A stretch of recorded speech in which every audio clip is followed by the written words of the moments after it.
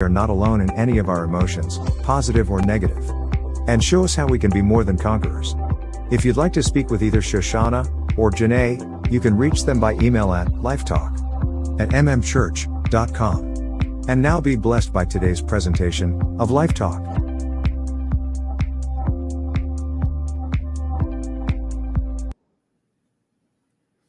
Jene, how are you? Oh, good. How are you? I'm doing well. So as everyone can see, we have changed the name from Maranatha Live to Life Talk. We're making it our own. Yes. Yes. My father has worked tirelessly over the last week to rebrand it and give it a new name. And so we are now Life Talk, a production of Maranatha. So that's exciting. Very much so. Thank you, Brother Frank. Yes, absolutely. Thank you for all that time and effort he put into and all the emails back and forth. And so we can actually just jump right in. Right? Yes. All right. So we have you and I we spend time during the week talking and chatting and just about life and struggles and things that we go through. And one of the things that you brought up this week was setting goals. It's 2022. And the most popular thing that everyone does at the beginning of the year is set goals. I think a lot of people call them resolutions. Yes. I tend to stay away from that word. That word just drives me insane. It's almost like resolution. You're bound to fail, you know? Okay. All right. I get it. Well, I'm going to help you tonight because I'm going to give you some really good tools to help you. You're amazing. You don't have to be afraid of it anymore. Yeah. So you and I got to talking about goals. And, I started thinking about, biblically, what people in the Bible had to do. And the more I read, the more I looked, the more I realized every person in the Bible really had to set goals. You have Nehemiah. And if anyone wants to look these up, Nehemiah is in the book of Nehemiah. He had to rebuild the wall of Jerusalem. So he had to make plans. He had to set goals. He had to, you don't just wake up one day and rebuild the wall. You have Noah and the ark. I mean, I know these are really large examples, in the sense of, large, big picture items, I guess, if you will. But you have, Noah who was given the task to build the ark. I mean, he had to obviously plan for that, set goals. And, even Jesus had goals. I mean, in John 17, he said, I've accomplished the work which you have given me to do. So he had to set goals in order to accomplish that. But one of the scriptures that stood out to both of us was when Paul said in 1 Corinthians 9:26, I do not run like a man running aimlessly. So it shows firsthand that they set tasks in front of them. And I think a lot of people struggle with goals. I think it's overwhelming. I'm not sure if they're doing them correctly. So I'm going to turn it over to you. I mean, I know that you've worked on this. We've talked about it. Do you have ideas on how, us as everyday people can kind of, follow the biblical sense, but make goals for ourselves to help us in life? Absolutely. And I think that one thing that comes out of what you just, the verse that you just read, the aimlessly, when we don't have goals, that's exactly what happens to us. We can feel like we're drifting, that it's aimless. What's the purpose for our life? Like, what is the goal?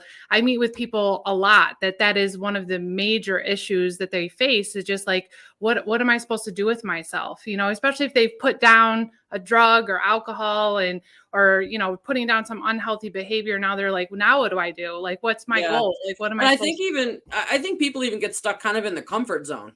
For sure. It's almost like this comfortable, I'll have to be pushed out. I don't want to do the work to get a new job. I don't want to, I'm a little almost stagnant.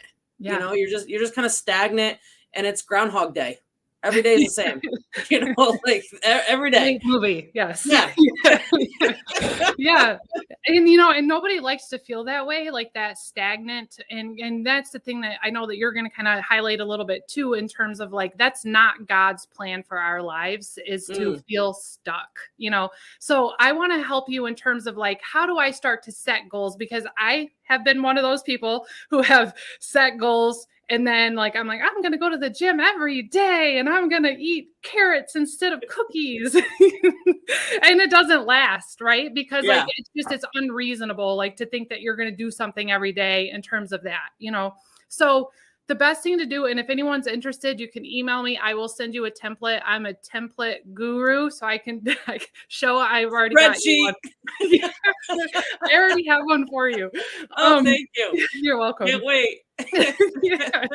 So it's actually this strategy that's called SMART goals. So it is a mnemonic. So S is basically standing for specific. Like be specific with your goal. Don't say I want to lose weight. Okay. Like you be more specific and breaking it down is going to be more effective for you to say, hey, I would like to lose X amount of weight in the next 30 days. So then you have something that's like, more manageable, because you mentioned like those big things of the ark, right? And like rebuilding the temple, that those were huge things. But I would argue that Nehemiah and Noah and his family also had to set like daily goals that this has to be done today, like in order to move on to the next phase and building, So we have to have those, daily, small, specific goals that help us with that bigger picture of where we want to be, right? Okay. So the M is for measurable. So just in that example that I gave you, like you can measure that. So you can track your progress. We are driven by progress, and that is the biggest incentive. If we don't have an incentive, we're almost like, I don't really want to do this. So like, what's the benefit, right? Oh yeah, absolutely. So like, so we want to be able to feel that progress so that it's kind of building this behavioral momentum. Like, okay, I got this. This feels good. Like my clothes are fitting better, whatever it is. And then the A is for achievable. Is this even something that you can achieve? I think when we were talking about this show, like, what was the thing you said? You can't say like February, I'm going to lose 30 pounds by the end of the month. Exactly. Yeah, because like that is going to be one of your experiences in terms of like where you said my resolution, it's just like it's a big failure. Yeah, it's not going to happen, So like making sure that it's achievable. Is it reasonable? Which is what the R stands for, is like, is it relevant? Is this something that really matters to you? Is this something, because I know that like I could set a goal for you, Sho, and you could say, okay, that's great. Yeah, I'll do that. And then you start doing it and you realize I have no intention to do this because I have no motivation to do it. It's not for me. So it's important that you find like, what is it intrinsically that's going to motivate you, like to want to do it? Is it relevant to your life right now? And the last one for the T is time-based. So giving yourself like a deadline to say, okay, I'm going to review my progress at the end of February and see where I'm at. And if I didn't meet the goal that I wanted, then I know I'm going to need to extend it out, and just know that, okay, but I did make progress. So you're still acknowledging the fact that you did make progress, which is important. Yeah. So those are all great. What do you do with somebody like that suffers with like severe anxiety or fear of kind of who may be driven a little differently than someone who is a kind of able-minded and ready to roll? How do you know what I mean? Yeah, I do. It's a really good question, because you said this earlier too about getting into your comfort zone, and that you're just kind of like, okay, I'm going to stay here because I don't want to like branch out. I don't want to do these things. And no matter what it is, like I really strongly encourage people to develop spiritual goals, physical goals, like emotional goals, those type of things, to kind of something to work on throughout the year. And so if someone is struggling with like depression or anxiety and they're kind of avoiding doing things, how I would approach it would be like, let's find out like, what is that underlying fear with starting to make some changes in your life? And like, what are you afraid of? Because fear is a very powerful like emotion that will limit you and limit your potential just in your personal, professional life, your spiritual life, all of those areas that we play a role in. So finding out what that is and then coming up with, okay, what can you manage? What is like something that for someone who's really depressed, and I know we've spent time talking about depression, maybe that goal is just getting up and getting dressed and, just kind of maybe focusing on making sure that you're eating, So that. you're starting out on real like baby step goals. Yes. Yeah. So, do you have anything like that? Like where you have you ever had an experience like where you've set a goal and you're laughing? So Listen, I am the queen of starting goals and not finishing. I am. Listen, you know, where I'm like, I'm really. Yeah, that's not my strong suit. Is setting goals and knocking them out of the park. Right. Well, I don't think you're alone in that at all, because I think a lot of people, and I'll say I've been the same way. And I'll give you an example of like something that I've done that's been a positive change for me. But I struggled with this for several years with being able to follow through with it. I knew that God had placed in my heart that I was supposed to start my own business. And I kept putting it off, and not really taking any necessary action because it seemed insurmountable. It seemed so big, impossible that this was ever going to even be able to happen. And that's scary. It's very scary. You're stepping out of your comfort zone. Yeah. And like, financially, because it's like, okay, like here I have this paycheck that I know I'm going to get. Yep. And so when I started, like it was last year, that I started the process where I really felt like God was saying, hey, like if you'll just surrender that fear and let me take control. And so I did. I started to trust God and started to, and it wasn't like God just dropped all this paperwork completed in my lap, and like did all the research for me on how to do it. I had to take action and start doing those things. But the more that I did it, and then I saw how God was in it the whole time. And I had set a deadline that I would be like fully private practice and have it all up and running in 2020 by the end of in 2021, like the end of last year. And I did. Like my last day at my full-time job was December 17th, and I was, like going into it, moved into my office like in January. So like, but if I didn't set that timeline, I think I would have easily faltered because I would have talked myself out of it. You know what I mean? Yeah, absolutely. Yeah. So that was like something that like, I know that like God like gave me that was like, hey, and it is interesting because like, even I'm sure Noah and Nehemiah, and I don't know if you have any other examples, but like people. Well, you got Abraham who, God told him to travel a distant land and settle there. He didn't just get up and be like, okay, we're all the family, we're just gonna walk to this new land. I mean, they had to plan. They had to say, okay, we need to get here. We need to walk this far today. We need to walk this far tomorrow. Right. I mean, all of the examples, they all had to start small. They all had to start somewhere. Yes. And I think of a lot of people with their fear and anxiety with church and some of them deal with the fear of even just walking in the door, and not necessarily knowing anybody. Or you have the people that I have someone that is, that I know that is fearful of going to the altar and getting prayed for.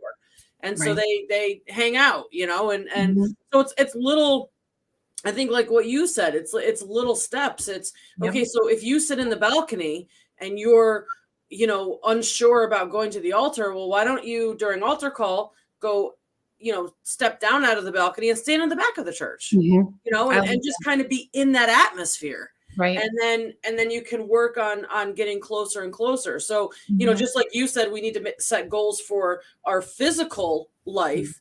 We need to set goals for our spiritual life too.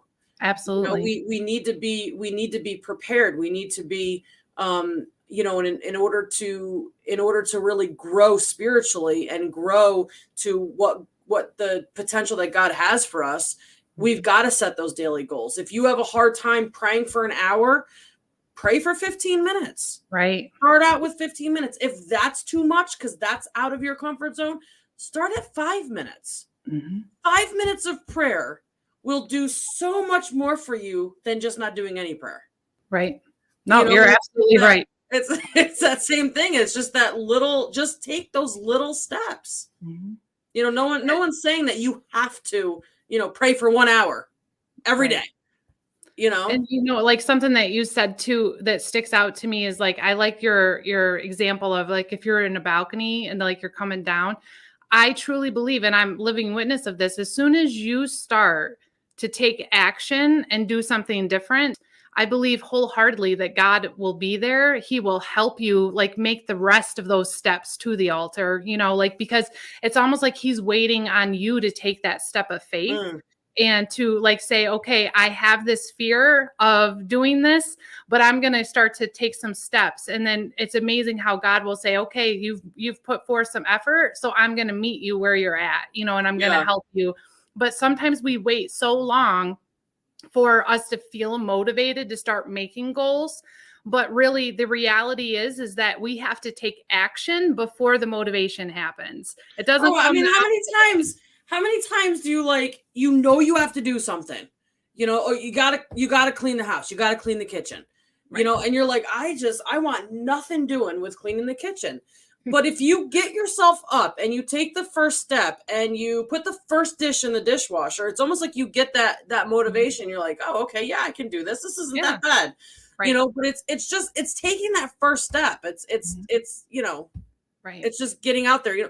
I was reading 2 Corinthians 5:9. So we make it our goal to please him, whether we are at home in the body or away from it.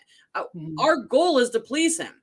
Right. Our goal is to live up to what he has set before us. Like you said, you had this calling to go out on your own and you had to set these goals in order to get you to where God wanted you to be. Right. So God may call you to something. Right. And it may seem like you said so when God told Noah to build the ark, I don't know about you, but I would have been like, yeah, no. Are you for real? Yeah, that's way too big of a picture for me. But he probably sat down with his 3 sons and figured out, okay, these are the plans that God gave us. This is how much wood we're going to need. This is how much of this we're going to need.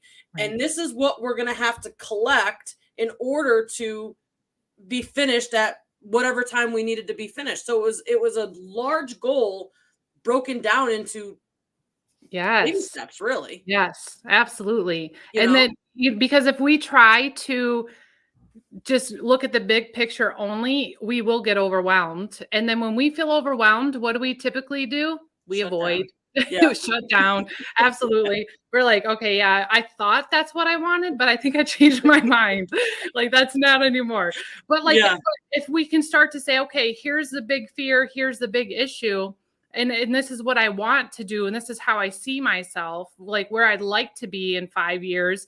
But like if you're not taking those small steps of like it's just daily, and you can do it even by the minute, by the hour, like you're saying, hey, don't try to pray for an hour if you've never prayed that long in your life. Like start off small, because when you start that and then you've met that smaller daily goal, you feel good about yourself because you're like, okay, I'm taking action, like I'm doing these things.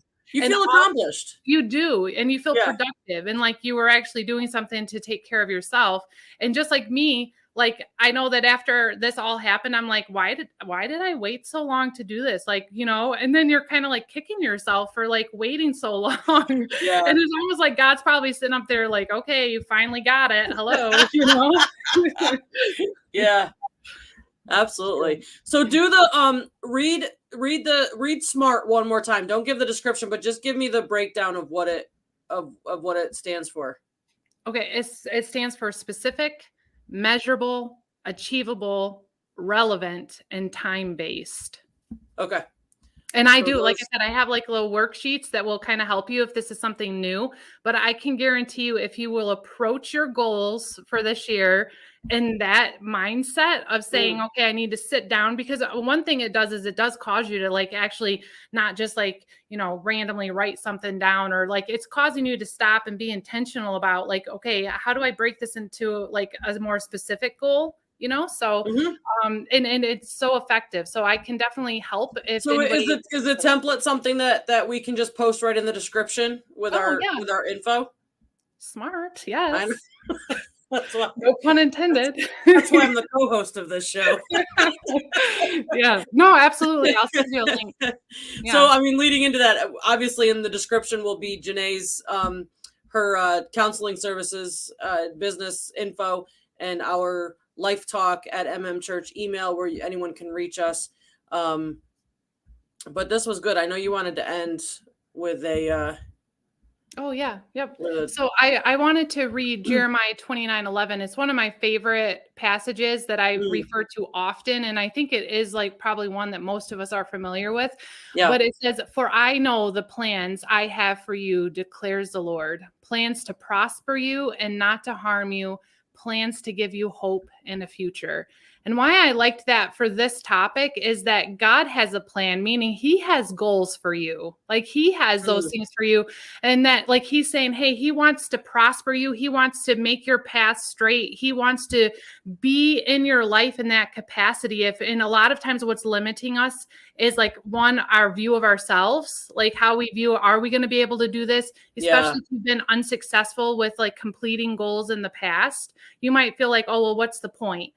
Right, Sho? But this time, this time we're going to be like, no, like I'm going to approach it from a different angle and understand that God has a plan. He has a purpose for all of us. And it's in his design that we know that we have a purpose for our life, and how we get there often is by establishing some goals. And sometimes what I think of goals is like, it's a daily discipline. It's keeping you like, hey, it's kind of a compass. It's a guide so that you know that everything that you're doing is like on the right path. And like you're working towards that bigger goal. And obviously that goal is like, hey, one day we all want to be in heaven, you know, singing with the angels. We want to be doing those things. So I just thought that that was like a great way to kind of summarize it, just so that everybody knows that God does have a plan for you. He has a purpose for you. And so as soon as you can get in alignment with that. And he wants us to make the step and make the goals and figure out what we want to do with our life. But, you know, the other scripture says that, man, you know, we make our plans, but God directs our steps. Yes. So we can decide that we want to do something, but that may not fall in alignment with what he wants, you know, and so he will direct us. So if we can stay in alignment with him and make our plans according to him, then it's like you said, his plans for us are to prosper us, not to harm us, you know.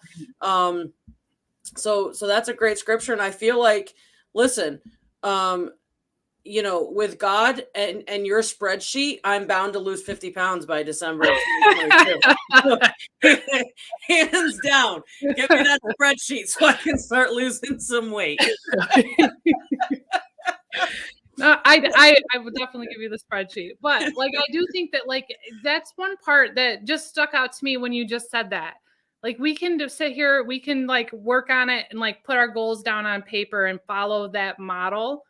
But I think that when we start to become intentional about that and we're really prayerful, that God will show you, you know, he'll show you areas in your life, especially, you know, like with your spiritual life, with your family, like ways that like, you know, things that he'll put in our heart to say, hey, this would be a really great area to start. This is a great place to start. And I love what you said in terms of like, hey, he's going to order your steps. And so be prayerful before you sit down and you think about those things, because maybe that is one reason why it wasn't so successful in the past either, you know, is because he wasn't really ordering that, and that wasn't in alignment with God. So that's I just really like food. I mean,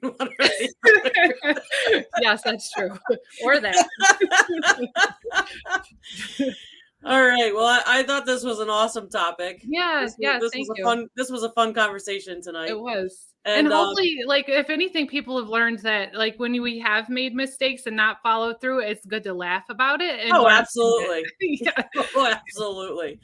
So I will send me your template. I'll throw that in the description. Okay. And I'll also have Phoenix Counseling Services in there. Okay. And then I'll have our email. I know last week we said it was live at Church, but since we've kind of rebranded, new logo, everything, we're going to our new email is lifetalk at mmchurch.com. You can reach Jene or I on that email if you have any questions, comments, concerns, testimony, Again, I mentioned if you, we would be more than happy to talk about a testimony that someone wants to send us, because that can and will bless somebody who might be going through, the same thing that you're going through. So absolutely reach out. And thank you again for all of the positive feedback we've been receiving, and the love and the kind words. It motivates us, and we're so glad that this is helping. And listen, with it, share the video. I mean, this is not just meant for Maranatha. This is not just meant for Pentecostal Civilian. This is not just meant for the church. Right. This is info that can help anybody. Right. Everyone needs to make goals, whether you're in church or not. Right. So, share away. Let's let our prayer and our desire is to reach as many people as we can. And so this was a great talk, though. Yes, it was. Yeah. Thank you. So thank you. And same time, same place next week, right? You know it. You know All right. it. Awesome. All right. All right. I'll talk to you.